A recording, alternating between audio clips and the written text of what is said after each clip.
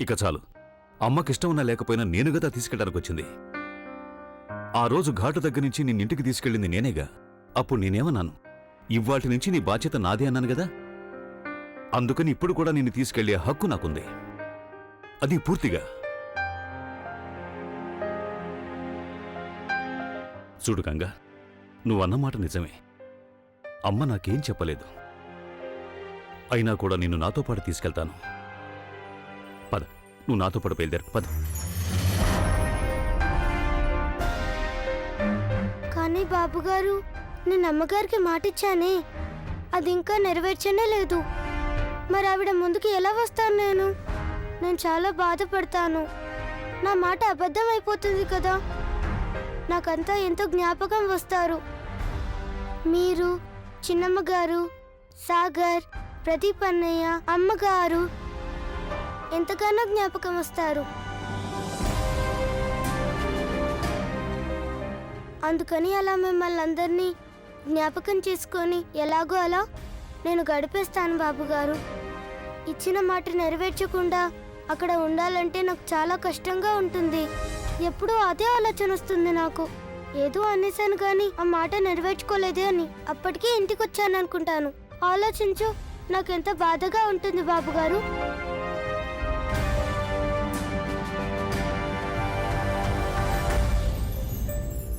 నీకు ఆత్మాభిమానం ఎక్కువ నాకు తెలుసు. అది నిన్ను మొదటిసారిగా చూసినప్పుడే అర్థం చేసుకున్నాను. ఈ పిల్ల ఎన్ని కష్టాలు వచ్చినా సరే తన ఆత్మాభిమానంతో రాజీ పడదని అర్థం చేసుకున్నాను. అయినా సరే నిన్ను తీసుకెళ్ళడానికి వచ్చాను.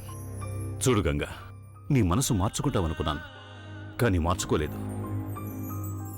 నిన్నెంత మాత్రం బలవంతం చేయను గంగా. ఎందులో నీకు ఆనందం ఉందో, ఏది నీకు సంతృప్తికరంగా ఉంటుందో అదే చెయ్యి. ఎప్పుడైనా నీకేదైనా అవసరమైతే మాత్రం మీ బాబుగారికి చెప్తావు కదా.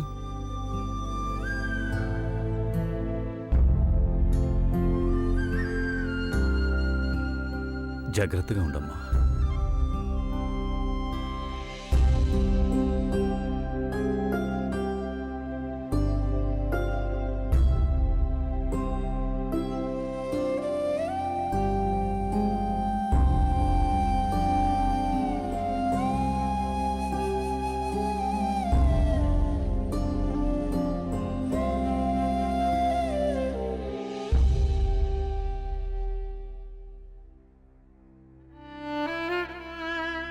కాసేపు తనని ఒంటరిగా ఉండనివ్వండి. ఎందుకంటే మనందరి ముందు ఒక్క కన్నీటి చుక్క కూడా కార్చదే పిల్ల. కాంతమ్మ గారింటికి తిరిగి వెళ్లే మార్గం స్వయంగా తనే మూసేసుకుంది కదా. బాధగా ఉండుంటుంది. కాసేపు ఒంటరిగా ఏడ్చిందంటే తన మనసు తేలిక పడుతుంది. అలా వదిలేయండి తన్ని.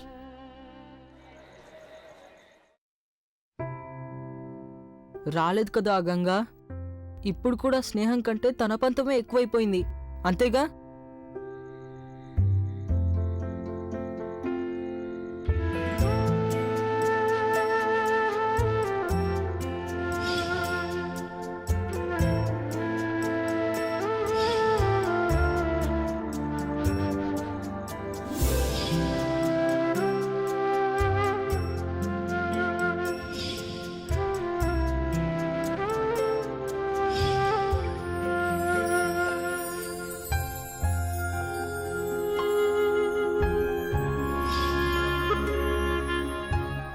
క్షమించండి బాబుగారు, నేను మీ మనసు కష్టపెట్టాను కదూ. ఇంటికి రానని అన్నాను కదూ. అక్కడ సాగర్ కూడా నా మీద కోపంగా ఉండుంటుంది. నేను ఎందుకు ఇంటికి రానన్నాను తను ఎన్నటికీ అర్థం చేసుకోలేడు. నేను అన్నీ అర్థం చేసుకోగలను గంగా. నువ్వు నన్ను ఎప్పుడు స్నేహితుడిగా అనుకోలేదు.